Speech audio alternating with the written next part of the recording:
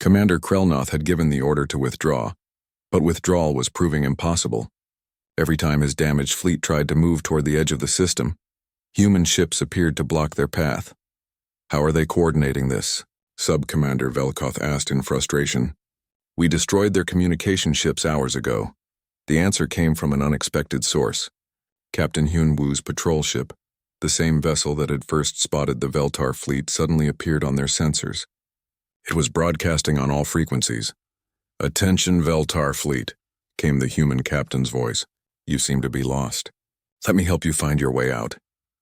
Krelnoth realized with growing horror that the humans had planned for this moment. While his fleet had focused on the main battle, human ships had quietly positioned themselves at every possible escape route. His superior technology meant nothing if he couldn't use it to leave. Commodore Sun Hee-nam commanded the blockade from her position near the system's main jump point. Her ship was a converted freight hauler, armed with weapons that barely qualified as military grade. But she had something the aliens didn't expect. 300 ships just like hers, all willing to die to keep the Veltar trapped. "All ships maintain formation," she ordered. "Nothing gets past us." The Veltar fleet tried to break through the blockade at the third jump point. Their remaining 6 operational ships concentrated their fire on what looked like the weakest part of the human line, a group of civilian transports and mining vessels. But when the alien plasma beams hit the first transport, it didn't just explode. It released a cloud of metallic debris that interfered with Veltar sensors. The second ship detonated in a shower of electromagnetic pulses that disrupted alien targeting systems. The third ship was actually a decoy, a fake hull hiding a massive fusion bomb. "They turned every ship into a weapon," Velkoth observed with something approaching admiration. "Even their retreating vessels are traps." Meanwhile, Captain Do-hyun-an was preparing for the most dangerous mission of his life. His ship was humanity's newest experimental vessel, a dreadnought killer designed specifically to destroy large alien ships.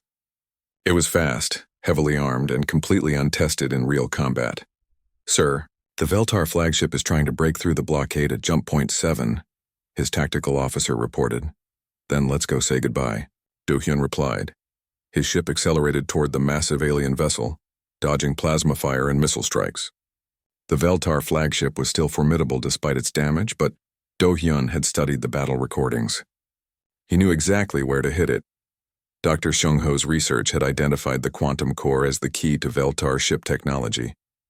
If that core was destroyed, the entire vessel would collapse into normal space, making it vulnerable to conventional weapons. "All power to forward shields," Do-hyun ordered. "Ram speed." "Sir, at this velocity we won't survive the impact," his navigation officer warned. "That's the point," Do-hyun said grimly. "Make sure the escape pods are ready for launch." The dreadnought killer slammed into the Veltar flagship's quantum core at nearly 10% of light speed. The impact created a temporary wormhole that dragged 3 nearby alien escort ships into unknown regions of space. The flagship itself broke apart, its quantum-folded hull collapsing as the exotic matter that held it together was scattered across multiple dimensions. Krelnoth found himself aboard one of only 3 surviving Veltar ships. Half his fleet was destroyed. The other half was either crippled or lost in dimensional rifts. His perfect record of conquest was shattered. "Commander, we're receiving another transmission from the humans," his communication officer reported. Admiral Sojin Park's face appeared on the screen. Behind her, Krelnoth could see the command center of the human fleet, filled with officers who looked tired but determined. "Commander Krelnoth," she said, "I believe you wanted to discuss relocation terms." Krelnoth's crystal body dimmed with defeat. We wish to withdraw from this system." "I'm afraid that's not how this works," Admiral Sojin replied. "You see, you came into our space without permission. You threatened our people. You demanded that we abandon our homes. In human culture, we call that being a very rude guest." Around the system, human ships were closing in on the remaining Veltar vessels. They moved slowly, deliberately, like predators surrounding wounded prey. "What are your terms?" Krelnoth asked. "Simple. You leave our space immediately. You never come back. And you tell every other alien empire in the galaxy exactly what happened here." "And if we refuse?" Admiral Sojin smiled, but it was not a pleasant expression. "Commander, look around you. You started this fight with 12 ships. You now have 3. We started with 3,000 ships and we still have over 1,000. Do you really want to find out what happens if you refuse?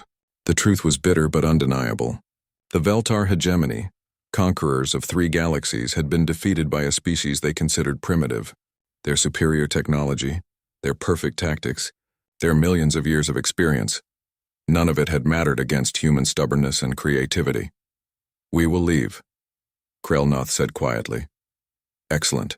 And, Commander, the next time you want to visit human space, try asking permission first. We might even say yes. The 3 surviving Veltar ships limped toward the edge of the system, escorted by human vessels that made sure they actually left. Captain Hyunwoo, whose patrol ship had started this whole conflict, had the honor of seeing them off. Safe travels, he broadcast on all frequencies. And remember, humans don't negotiate with uninvited guests. 6 months later, Colonel Myung-Soo Kim commanded the rebuilt border defense fleet from his flagship orbiting the outer colonies. The battles had cost humanity dearly. Nearly 2,000 ships destroyed and tens of thousands of lives lost. But they had won something more valuable than ships: respect. Sir, we're detecting alien vessels approaching the border, his sensor officer reported. Myung-Soo tensed, but then the readings came in. Only 3 ships moving slowly, broadcasting identification signals. They're requesting permission to enter human space, the communication officer added. They say they're traders from the Andromedan Collective. Grant them safe passage, Myung-Soo ordered, but keep an eye on them. The alien traders were polite, respectful, and very careful to follow all human space traffic laws. They had heard about what happened to the Veltar fleet. Word had spread throughout the galaxy faster than light travel. Humans were dangerous when provoked. 3 more times over the following months, alien fleets appeared at the edges of human space. Each time they detected the energy signatures of human weapons and quietly left without making contact. The galaxy was learning a new rule: leave humans alone. On Earth, Admiral Sojin Park received reports of these encounters with satisfaction. The Veltar defeat had sent a clear message to every alien empire in known space. Humans might be young and their technology might be primitive, but they would fight with everything they had to protect their homes. Any word from the Veltar? She asked her intelligence officer.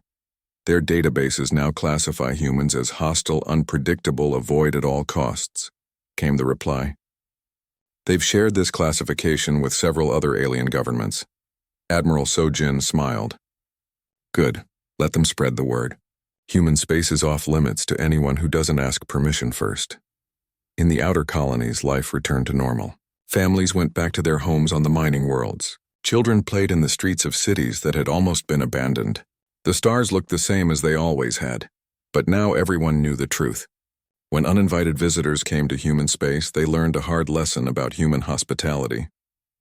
Some lessons the galaxy had discovered were too expensive to repeat. The message was simple and clear. Humans were happy to welcome visitors to their space, but only the ones who knocked on the door first. The stars looked wrong. Captain Hyunwoo Kim stood on the bridge of his patrol ship and stared at the display screen. After 15 years of watching the same patch of space, he knew every star and planet by heart. But now something was different. Something big was moving between the stars. Sir, you need to see this, Officer Jenna called from her station. Her voice was tight with worry. Hyunwoo walked over to her console. The numbers on the screen made his stomach drop. 12 massive objects were coming toward human space. Each one was bigger than any ship humans had ever built. They were moving fast, faster than anything that size should be able to move. How big are they? Hyunwoo asked. Each one is about the size of a small moon, sir, and they're all moving together like a fleet. Hyunwoo felt cold sweat on his forehead. In all his years patrolling the outer edge of human territory, he had never seen anything like this. Humans had met other alien races before, but they were always friendly traders or peaceful explorers. This looked different. This looked like an invasion force. Send a message to Terra Command right now, he ordered. Tell them we have unknown ships entering our space. Big ones. Far away on Earth, Admiral Sojin Park was drinking her morning coffee when the emergency alert came through. She read the message twice, then called for her senior staff. Within an hour, the war room was full of worried faces. 12 ships, she said to the room, each one bigger than our largest space station. They appeared at the edge of our territory and they're heading straight for our colonies. General Sungmin raised his hand. Could they be traders? Maybe they're just big cargo ships. Admiral Sojin shook her head. No trader needs 12 ships that size. And look at this. She pointed to the screen. They're not following normal space routes. They're moving like a military formation. The room went quiet. Everyone knew what that meant. What do we know about their technology? Asked Dr. Yun-Soo from the science division. Not much yet, but our sensors show energy readings we've never seen before. Their ships seem to bend space around them. And they're heavily armed. 3 days later, the alien fleet reached the outer human colonies. They stopped just outside the Dahan system, where 2 million humans lived and worked on mining planets. Then they sent their first message. The voice that came through the communication system was cold and mechanical. It spoke perfect human language, which somehow made it more frightening. Attention, primitive species. You will leave this sector of space immediately. The Veltar hegemony has claimed this territory. You have 7 standard days to evacuate all personnel and equipment. Compliance is not optional. The message played on every human radio and screen in the system. On the mining planet Sejong 4, workers stopped their machines and looked up at the sky. In the space stations, families held their children closer. Everyone was thinking the same thing. Who were these aliens and what gave them the right to take human worlds? On the research station New Busan, Chief Science Officer Tae-Young Lee was working frantically to learn more about the alien ships. His team had been scanning them for hours trying to understand their technology. "Sir, these readings don't make sense," said his assistant, Dr. Minho. "Their hulls seem to exist in multiple dimensions at once. Our weapons probably can't even hit them." Tae-Young rubbed his tired eyes. "What about their power sources?" "Massive. Each ship has more power than our entire fleet combined. And their weapon—" Minho paused. "Their weapons could destroy planets." The news got worse as more data came in. The Veltar ships were not just big and powerful. They were also completely foreign. Human scientists could barely understand how they worked. It was like trying to fight ghosts with stone tools.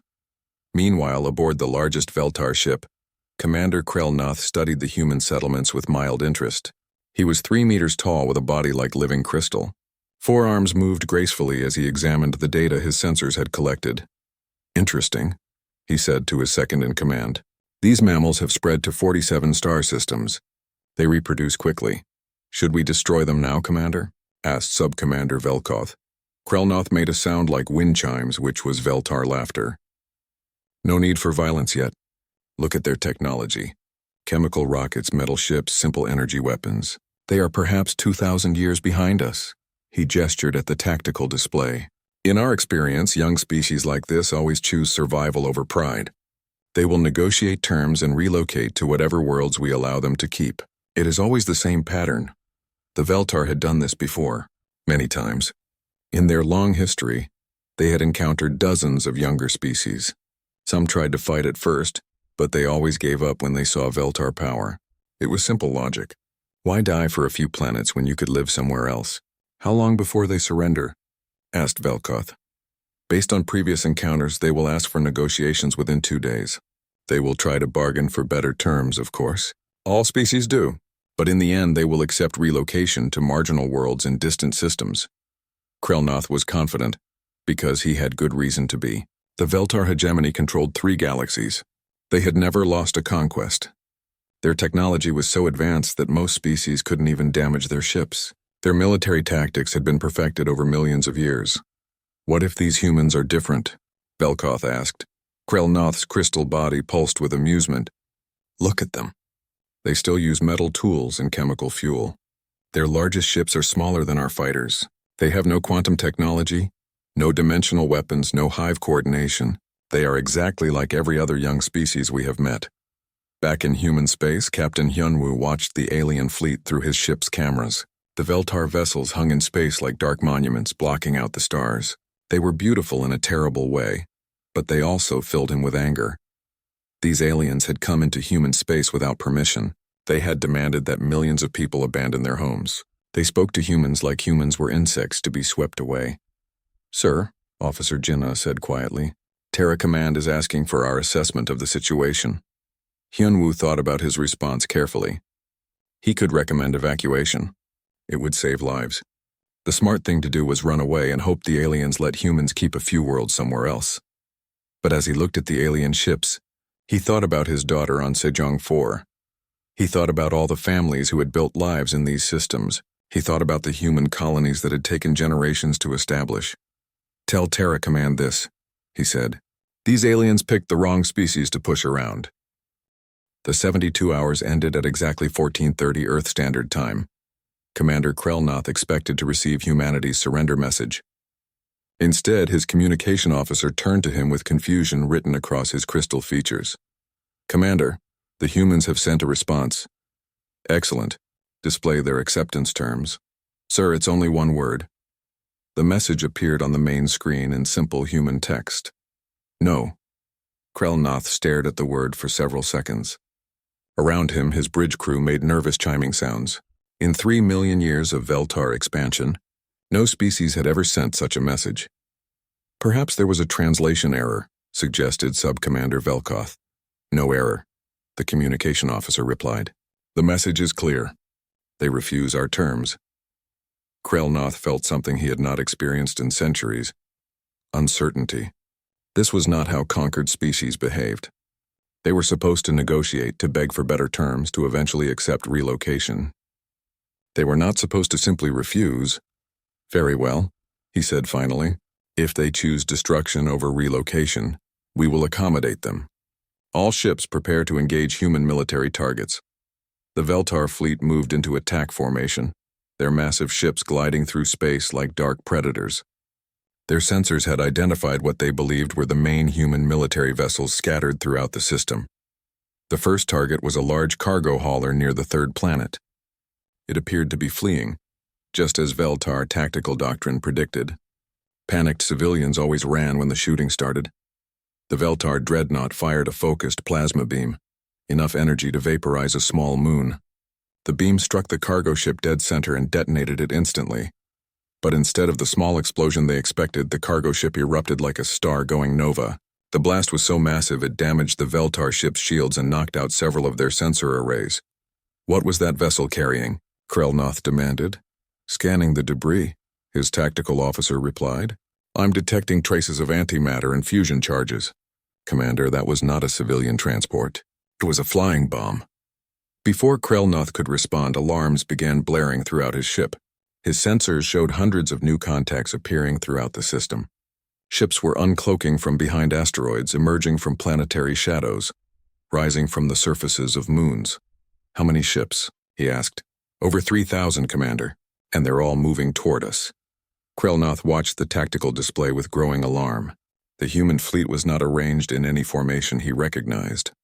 Instead of organized battle lines, they scattered across the system in what looked like random chaos. Small fighters mixed with giant cargo haulers. Military cruisers flew alongside civilian pleasure craft. Nothing followed proper engagement protocols. "All ships maintain formation," he ordered. "Target the largest vessels first." The Veltar fleet opened fire with disciplined volleys, their plasma weapons reaching across space to strike human ships. Several cargo haulers exploded under the assault, but instead of causing panic, it seemed to make the humans more aggressive. Lieutenant Yujin Kim piloted her converted mining ship straight toward the nearest Veltar dreadnought. Her vessel looked exactly like what it had been, a dirty industrial ship designed for asteroid mining. The aliens didn't consider it a threat until it was too late. "Deho, get ready to eject," she called to her co-pilot as alien weapons fire began hitting their hull. "The escape pod isn't rated for this much explosive material," Deho warned. "Then we better eject fast," Yujin replied. She aimed her ship directly at the alien vessel's main plasma array, the spot Dr. Shungho had identified as vulnerable. At the last second, she and Deho launched their escape pod and prayed it would clear the blast radius. The mining ship, loaded with enough fusion explosives to crack an asteroid, slammed into the Veltar dreadnought's weapon system. The explosion tore through the alien ship's hull like paper, crippling its main guns and leaving it drifting helplessly.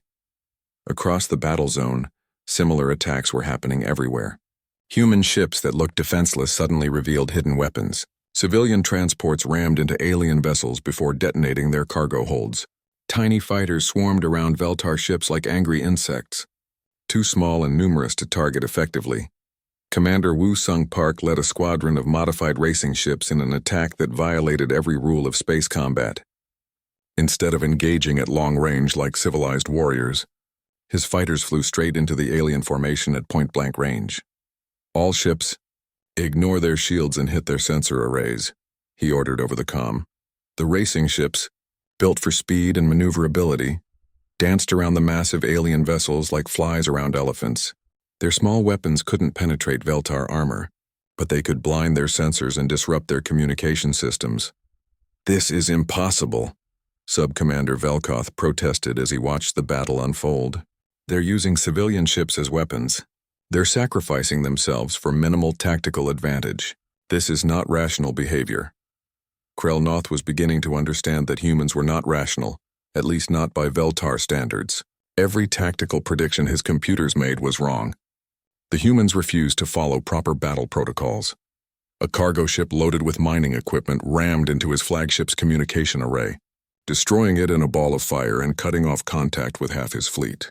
A passenger liner converted into a missile platform fired everything it had at point-blank range before being destroyed, taking out another Veltar ship's engines. They're not trying to win, Krell realized with horror. They're trying to cause as much damage as possible before they die.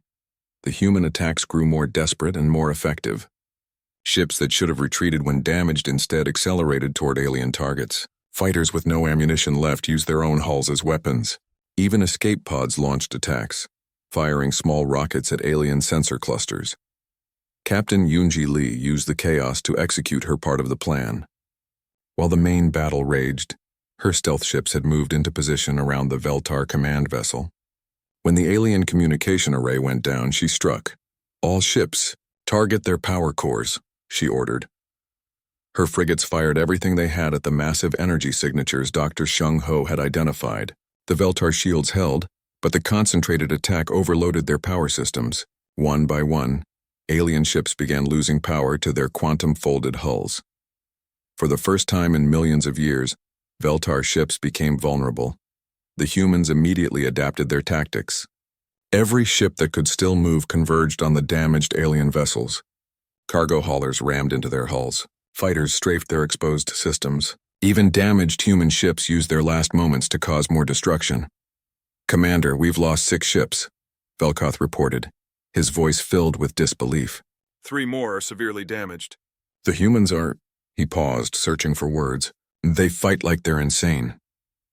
Krell watched another human cargo ship explode against his fleet's formation, taking out a Veltar escort vessel in the process. The humans were losing ships at a terrible rate, but they didn't seem to care. Every loss made them fight harder. "They're not insane," he said quietly. "They're something we've never encountered before." "What do you mean?" "They're not fighting to minimize casualties or preserve their fleet. They're fighting to hurt us as much as possible, even if it kills them all." The battle raged for 6 hours. When it was over, half the Veltar fleet was destroyed or crippled. The human fleet was in worse condition, with barely 1,000 ships still functioning. But the humans were still fighting, still attacking, still refusing to surrender.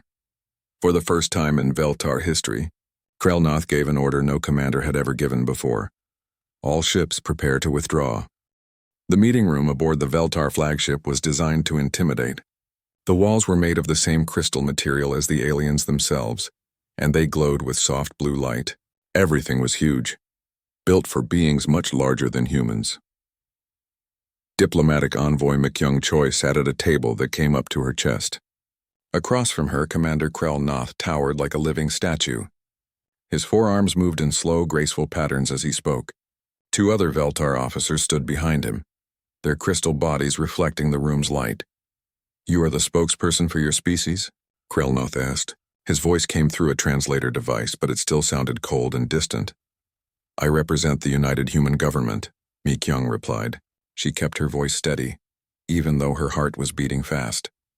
The aliens were impressive and frightening at the same time. Krell made that wind chime sound again. "Good, this will be efficient. We will explain the terms of relocation." Behind McYoung stood 2 human guards and a technical officer. Tactical Officer Jun Ho Nam watched everything through his helmet cameras, sending the feed back to the human escort ships waiting nearby. Every word and gesture was being recorded.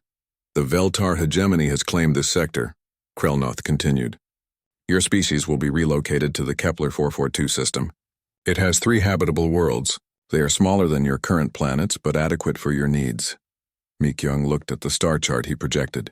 The Kepler 442 system was over 1,000 light-years away from human space. The planets were cold, rocky worlds with thin atmospheres.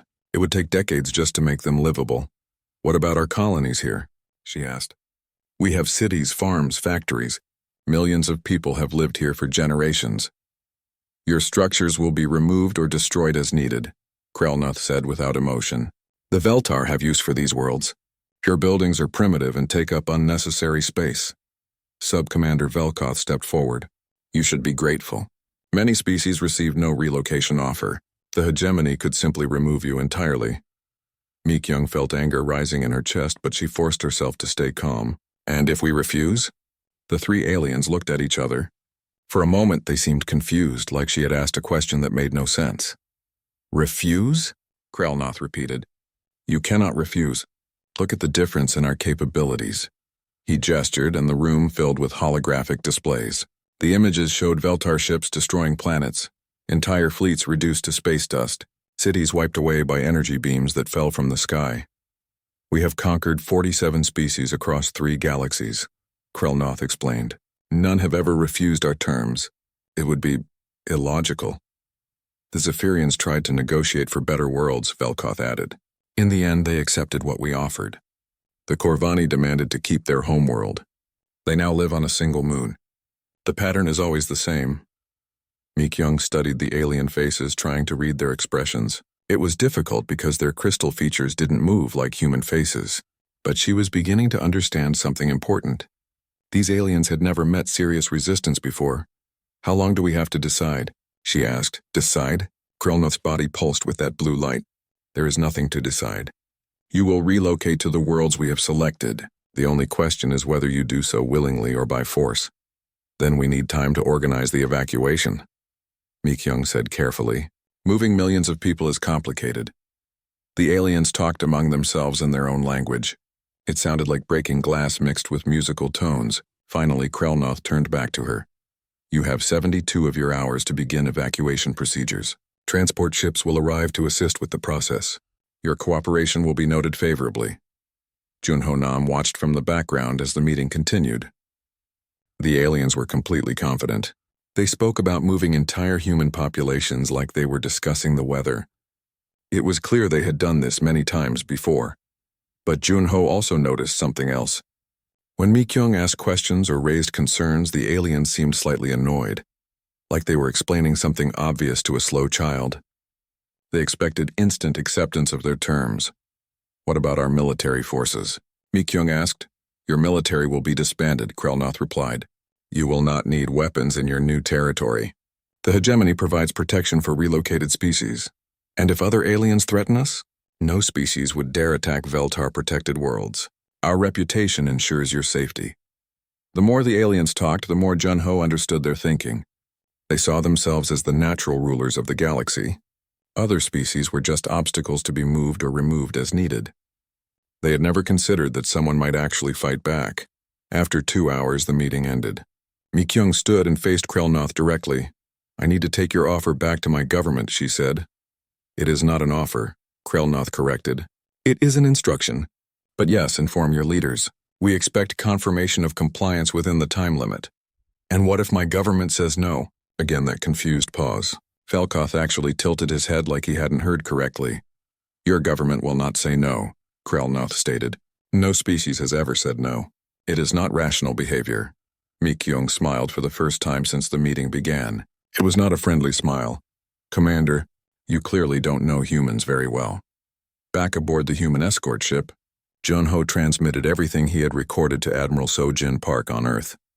The command staff watched the meeting footage in silence. They're completely certain we'll give up, Admiral Sojin said when it finished. They've never had anyone refuse their terms. General Sungmin leaned back in his chair. Maybe we should consider it. Those ships could destroy our entire fleet, could they? Dr. Yansu from the Science Division spoke up. I've been studying their technology. Yes, they're far ahead of us, but they're also predictable.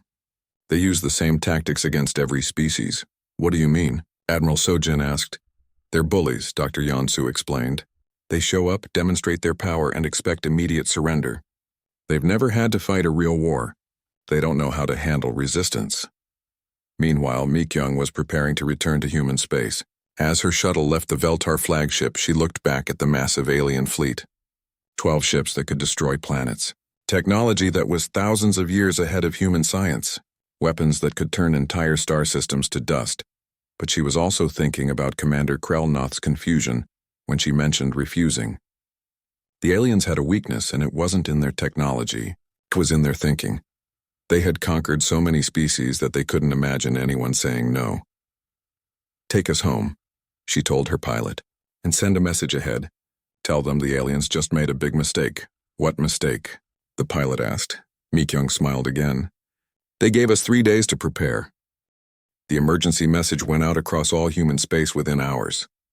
Every military base, every space station, every colony world received the same order. Prepare for war.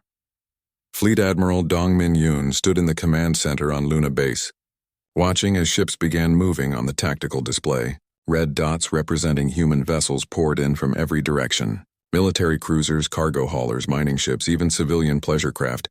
Everything that could move was heading toward the outer colonies. "How many ships do we have?"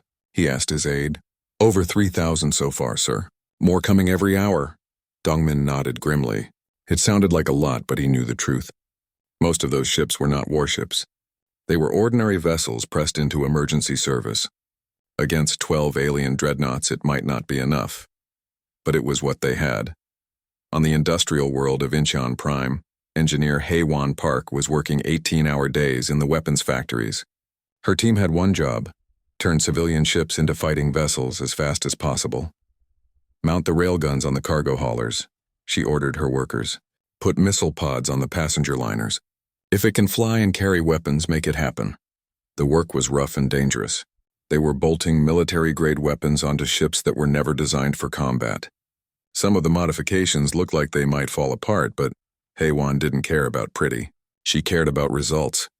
"Ma'am, this freighter can't handle the recoil from these guns," one of her engineers warned. "Then make it handle it," Hae-won replied. "Weld extra support beams. Use whatever materials you need. That ship is going to fight whether it wants to or not." Meanwhile, in the research labs on Earth, Dr. Sung-ho Kim was studying everything they knew about Veltar technology. He had barely slept since the alien message arrived, surviving on coffee and determination. "Their ships use quantum-folded hulls," he explained to his team. "That makes them nearly invulnerable to conventional weapons. But look at this power signature." He pointed to the energy readings they had collected. "Those hulls need enormous amounts of power to maintain. The power cores are massive, and they generate heat signatures we can detect." His assistant, Dr. Ji-won, looked confused. "How does that help us? We still can't penetrate their defenses." "Maybe we don't need to," Sung-ho said slowly. "What if we target their power sources instead of their hulls?" At the same time, Captain Yoon-ji Lee was leading a dangerous mission in the outer system. Her stealth frigates were shadowing the Veltar fleet, staying hidden while they gathered intelligence. "Their formations never change," she reported to Admiral So-jin. "They maintain perfect spacing, perfect coordination. Everything follows strict patterns." "That's useful," Admiral So-jin replied over the secure channel. "Predictable enemies are easier to fight." "There's more," Yoon-ji continued. "They have supply ships. Not many, but they're there. And their communication arrays are all on the command ship. If we could disrupt those, the whole fleet might lose coordination," Admiral So-jin finished. "Good work. Keep watching them." Yoon-ji's ship stayed hidden for 2 days, mapping every detail of the alien fleet. The Veltar never suspected they were being watched. Why would they? In their experience, primitive species ran away. They didn't spy on superior forces.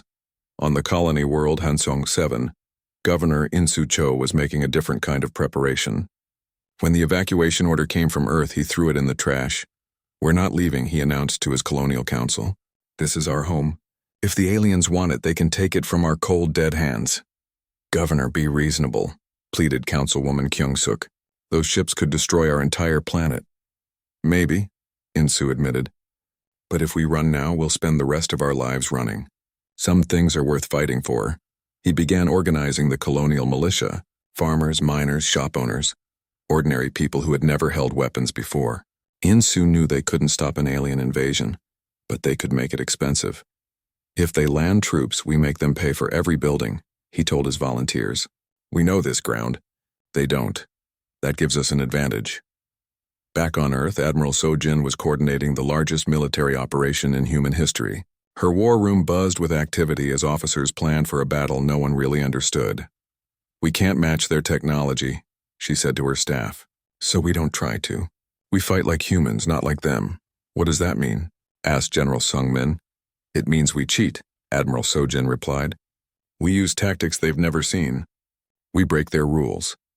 The plans that emerged from those meetings were unlike anything in military textbooks. Kamikaze attacks using cargo ships loaded with explosives, swarm tactics with tiny fighters that ignored proper engagement ranges, fights and ambushes using ships that looked defenseless but carried hidden weapons. This is insane, muttered Colonel Jae-hyun as he read the battle plans. Half of these tactics violate the laws of civilized warfare. Good thing we're not fighting civilized enemies, Admiral Sojin shot back. Meanwhile, Lieutenant Yoo-jin Kim was preparing for what might be the strangest mission of her career. Her mining ship had been converted into a guided missile, loaded with every explosive they could fit inside. Her job was to fly it straight into an alien dreadnought. You know this is suicide, her co-pilot Daeho pointed out. Only if we get caught, Yoo-jin replied. The plan is to eject before impact, probably. Probably. Look, the escape pods are untested on a ship carrying this much explosive material. But hey, at least we'll go out with a bang. Across human space, similar preparations were taking place. Ships that had carried families on vacation were being fitted with military sensors. Cargo vessels that had transported food and supplies were being loaded with warheads. Racing ships built for speed were being equipped with torpedoes. Dr. Sung-ho made another important discovery during those frantic 3 days. The Veltar had evolved from hive-minded insects, which explained their perfect coordination. But it also meant they thought in patterns. They're incredibly efficient, he explained to Admiral Sojin, but efficiency means predictability. They'll expect us to fight like every other species they've conquered. And how do other species fight? Logically, they try to minimize casualties, preserve their fleets, fight defensively. They use proper military tactics, Admiral Sojin smiled coldly. Then we'll do the opposite. As the 72-hour deadline approached, Commander Krelnoth was confident the humans would accept relocation. His sensors showed human ships gathering in the outer system, but that was normal. Species always tried to negotiate better terms at the last moment. Have they sent a response yet? He asked Sub-Commander Velkoth. Not yet, Commander, but they still have 6 hours. Krelnoth wasn't worried. In his experience, the final response was always the same: reluctant acceptance of Veltar terms. The humans would try to save face with some minor demands, but they would surrender. They always did. What Krelnoth didn't know was that Captain Hyunwoo had been busy during those 3 days. His patrol ship was now the forward scout for the largest human fleet ever assembled. Behind him, 3,000 ships waited in the darkness between the stars. Admiral, Hyunwoo reported, we're in position. All ships ready. Admiral Sojin's voice came back steady and determined. Good. When that deadline expires, we show these aliens what humans do to uninvited guests.